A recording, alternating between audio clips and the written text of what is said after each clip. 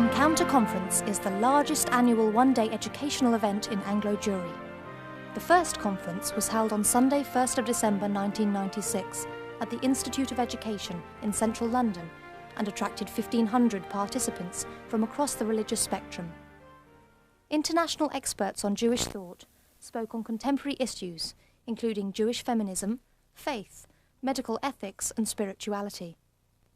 Chief Rabbi Dr. Jonathan Sachs opened the conference with an inspiring address on the theme of the conference, Judaism Faces Modernity. Kvod Rabbi Rashi Medinat Yisrael, Rabbi Lau, Dayanim, Rabbanim, distinguished speakers from across the world, ladies and gentlemen, wow. I must say, when Rabbi Roll said, let's get a few friends together and let's learn a bit, I didn't know it was going to turn out quite like this. But it is a thrilling, exhilarating, magnificent day. And I think this is going to be, and live in the memory as one of the great moments of Anglo-Jewry. People have come today from all over the place, from Israel, from Germany, from Glasgow, Manchester, Leeds, Birmingham, Cambridge, Kent, and Golders Green. 1,500 people, hundreds of them turned away.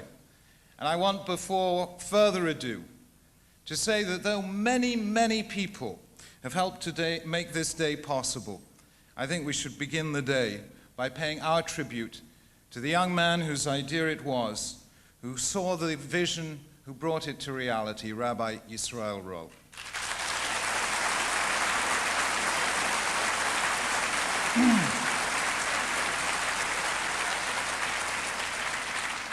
Ladies and gentlemen, I'm just, you have to start the day. A Jewish way to start the day is to be a bissel zerfrunzelt. Everyone else had somebody to introduce. Who do I introduce? And the short answer is, it is my task to introduce the day. Because what has brought us together today? And the answer is that we have come together to share in that unique, that quintessential Jewish experience, the experience of Torah. We have come to listen, to speak, to question, to argue, and to debate, in short, to learn. And in so doing, you and I are about to take our part in probably the greatest conversation in the history of human civilization, the conversation of the Jewish people with the source of our inspiration, the Torah itself, to which every single generation of Jews, now stretching almost 4,000 years, each generation has had its voice, has added its commentary, and the time has come to add our own. Think about this. The Torah describes that incredible, unique, formative moment when the Jewish people stood at Mount Sinai and heard the Torah for the first time. And the Torah itself describes that moment in these words. It says it was a kol gadol v'lo yasaf, which could mean that it was a great voice which never occurred again. However, the Targum translates it slightly differently. It says, Kol Gadol V'lo Yasaf means that the Torah was a great sound which never stopped, never ceased. Now what a momentous leap of faith that was. The Targum, after all, was written over 2,000 years ago at a time when Jews faced, as Jews face today, enormous threats and challenges of assimilation, acculturation, disaffiliation. In those days, Greek civilization was at its height, and many Jews were Hellenizing, were becoming un-Jewish. And yet somehow, the sages knew that as long as human civilization lasted, as long as people walked this earth, the Torah would be a kol gadol v'lo yasaf, a great voice that never ceased to intrigue and inspire. And you and I, by coming here, have proved that today. And why? Because somehow in an obscure way, we know that this book, this heritage, this Torah holds the key to who we are. And we have always studied it with passion. I still remember one of the great culture shocks of my life. I just finished university before I went for the first time to yeshiva. For 3 years, I had studied almost every day in the university library in Cambridge. Now, does any of you know what it is like to study in a university library? Complete silence. Everyone's locked away on their own with a little pile of books. No noise. If somebody coughs, you risk giving everyone a heart attack. If somebody speaks, that's it, you're finished, excommunicated. So after 3 years of this, I thought that is what it is to study. Then I went to yeshiva. I walked through the door of the Beit Midrash and there was a noise like somebody scored the winning goal at Highbury. There was passion, there were people standing up and shouting and grabbing each other by the lapels, and they were living all over again those great debates that never ceased in Jewish history, the arguments between Hillel and Shammai, Rav and Shmuel, Abaye and Rava. And then I realized this is Jewish learning. This is the Torah which was given with letters of fire on parchment of fire, and this was the life of Torah. You know, to be a Jew is to argue. I think you probably know that by now. You know, other people, other civilizations, they have things called conversations.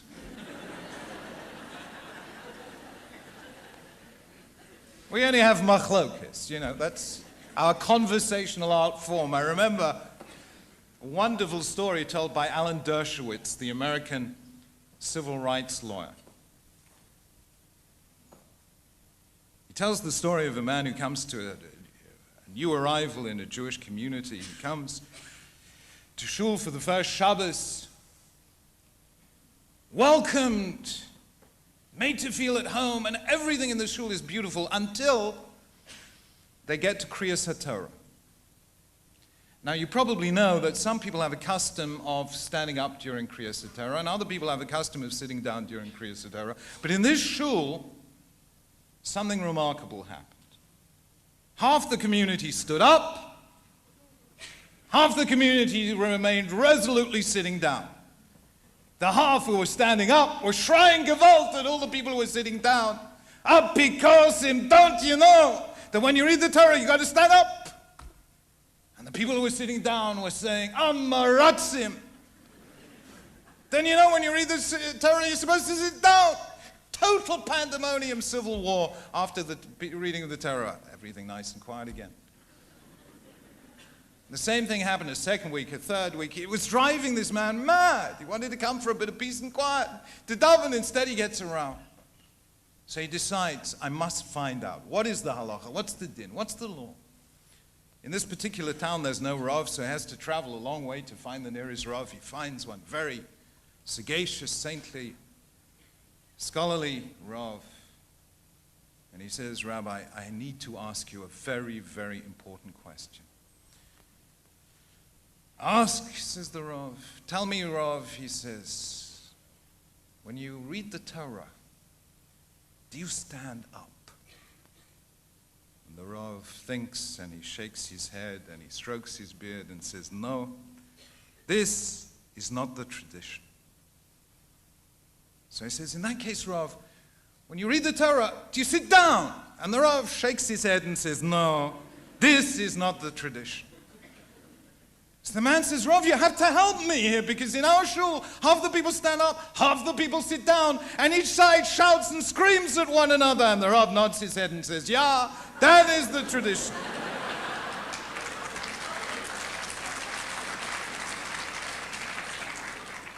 Well, things haven't changed, but what is the solution?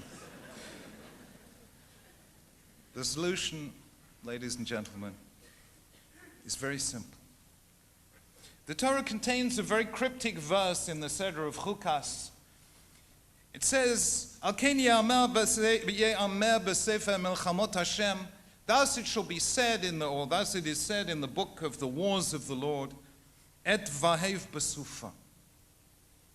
And these words are very difficult to understand. However, the Talmud says the following. It says, yes, Jews are a passionate people, and when we disagree with a passion. There are milchamot Hashem. There are wars of the Lord. Jews disagree. But when we sit down and we study together, when we read a sefer together, says the Gemara, Einam zazim misham ad shenasim ohavim ze et ze. Even the worst enemies become friends. Because the word et vahev basufa actually mean vet aha yesh ahava basof. There is love at the end of such a disagreement. If we are willing to talk together, to listen to one another, and to do so in the context of Torah, then out of that dialogue comes friendship, comes the shared pursuit of truth, comes the renewal of our ancient faith. And that is what I hope will emerge today. And I hope it won't end there. Because throughout the day, we will be reminding you that we want there to be a tomorrow and a day after.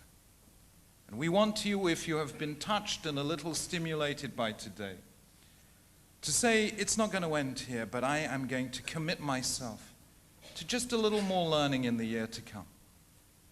We are launching today a program called The Jewish Hour, which is going to ask all of you and many thousands of others throughout the country to just commit yourself to learning a little, an hour a week, 30 hours in the course of the year. How am I doing? Oh. What about that? Oh yeah, I can't keep up with this technology. There you are. There you are. The Jewish Hour, just say no. Ladies and gentlemen, I want you to think about one engagement of an hour a week and let you be part, as we all try to be part, of that Kol Gadol V'lo Yasaf, that great sound which hopefully will begin today and continue throughout the year. Ladies and gentlemen, let me share with you just one thought. On the subject of today's conference, Judaism encounters modernity. What has been the nature of our encounter with modernity? I want to think for a moment of another famous encounter. Perhaps the most famous in the whole Torah, and certainly the most important because it was from that encounter that we get our name. We are Yisrael, Ki sarita im Elokim v'im anashim v'tuchal, because we have wrestled with God and with men and we have prevailed. We read about this encounter yesterday in Shul. You remember, Jacob is about to encounter his brother Esau, who many years before had threatened to kill him. And Jacob is afraid. Not just afraid, but v'yira Yaakov ma'od vayetzelo, extremely afraid and acutely distressed. And he assembles every conceivable strategy. He prays. He sends gifts. He assembles his camps to get ready for war. And he's still not at ease. And that night, Vayivate Yaakov levado, Jacob is left alone. Vayeyavek ishimo ad alot hashacha, and a man wrestled with him until dawn. And it is out of that encounter that we get our name. I want to ask a very simple question. With whom was Jacob wrestling?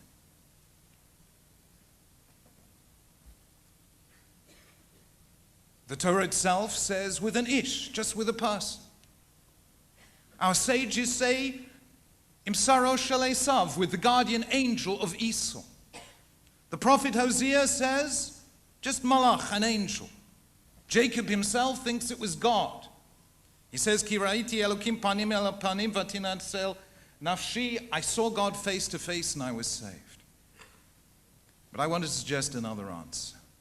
One that encompasses all the others, but perhaps the most profound of all, the answer of the Rambam. Because I think this goes to the very heart of where we are today. Maimonides said, with whom was Jacob wrestling? The answer is, Jacob was wrestling with himself. Who was Jacob? Who was Jacob? Jacob was born and given the name Yaakov because v'yado chesed ba'akev achiv, because ba'akev Esav, he was holding on to the heel of his brother Esau. Jacob was the person who bought Esau's birthright. He was the person who took Esau's blessing. Jacob was the person who dressed up in Esau's clothing.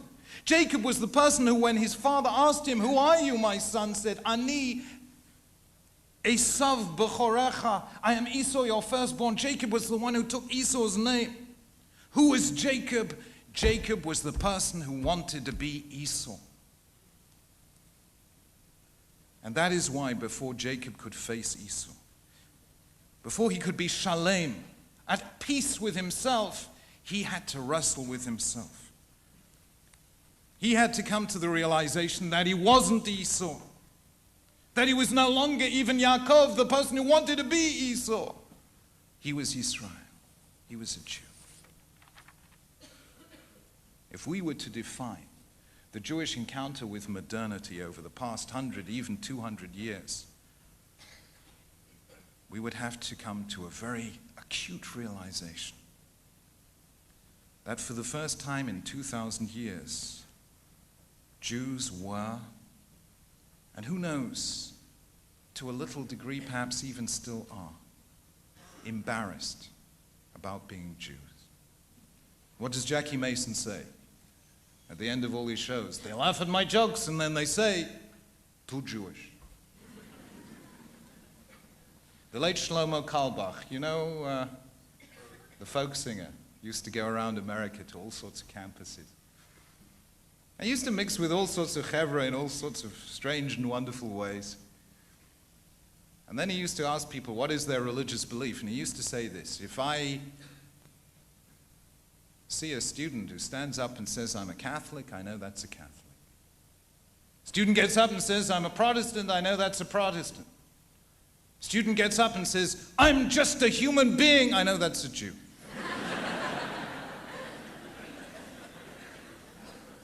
Can you imagine this? We are the people who take the remark, "Funny, you don't look Jewish," as a compliment.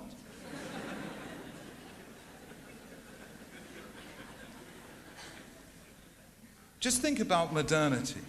Do you know modernity was practically invented by Jews? Freud invented psychoanalysis. Relativity was invented by Einstein. Sociology by Emil Durkheim. Modern philosophy by Wittgenstein. Modern linguistics by Noam Chomsky. Structural anthropology by Levi Strauss. Modern music by Gustav Mahler, Maurice Ravel, Arnold Schoenberg. We had Marx, Karl, and Groucho.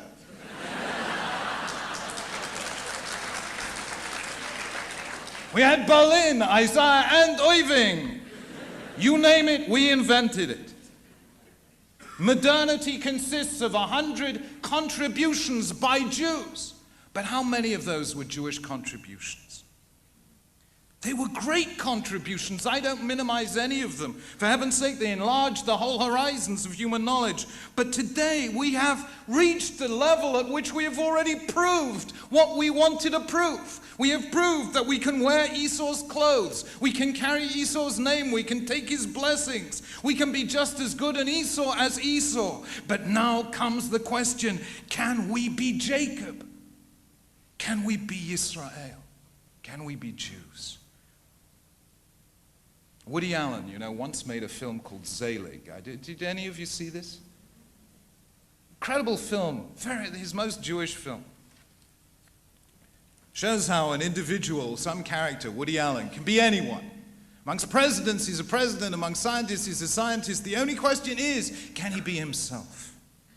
And that is our question, our wrestling match, our encounter with modernity.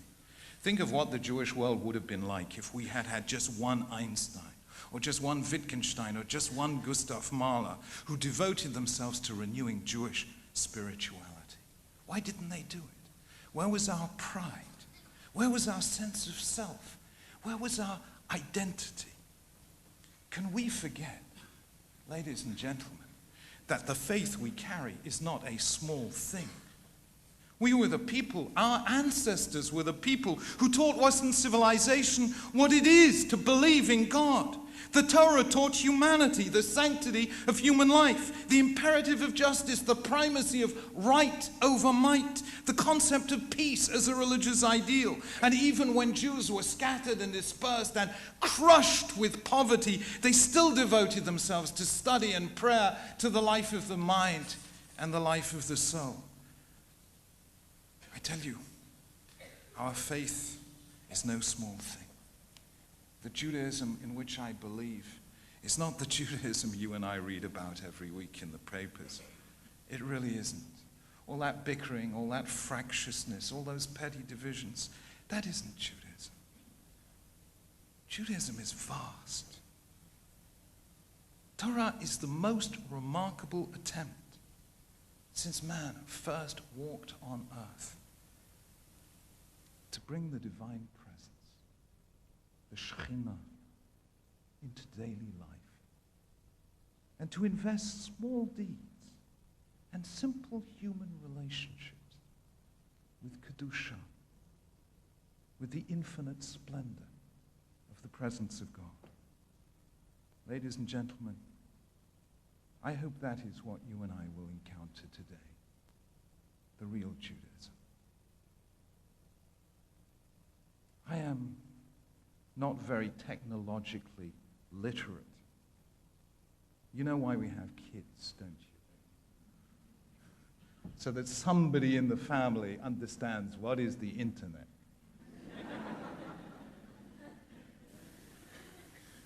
I'm still late Stone Age, speaking personally. But there is one invention in the 20th century whose spiritual significance, to my mind, has not been properly recognized. What invention am I talking about? Those of you who have tape recorders will know this invention. It is called a Dolby noise reduction system. You heard of that?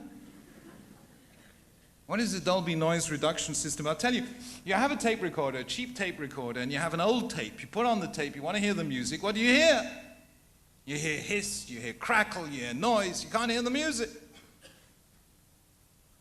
You buy a slightly more expensive tape recorder, and you press the button marked Dolby Noise Reduction System. Magic happens. The hiss gets lower, the noise, the crackle diminishes, and you can hear the music. Ladies and gentlemen, Anglo Jewry needs a Dolby Noise Reduction System.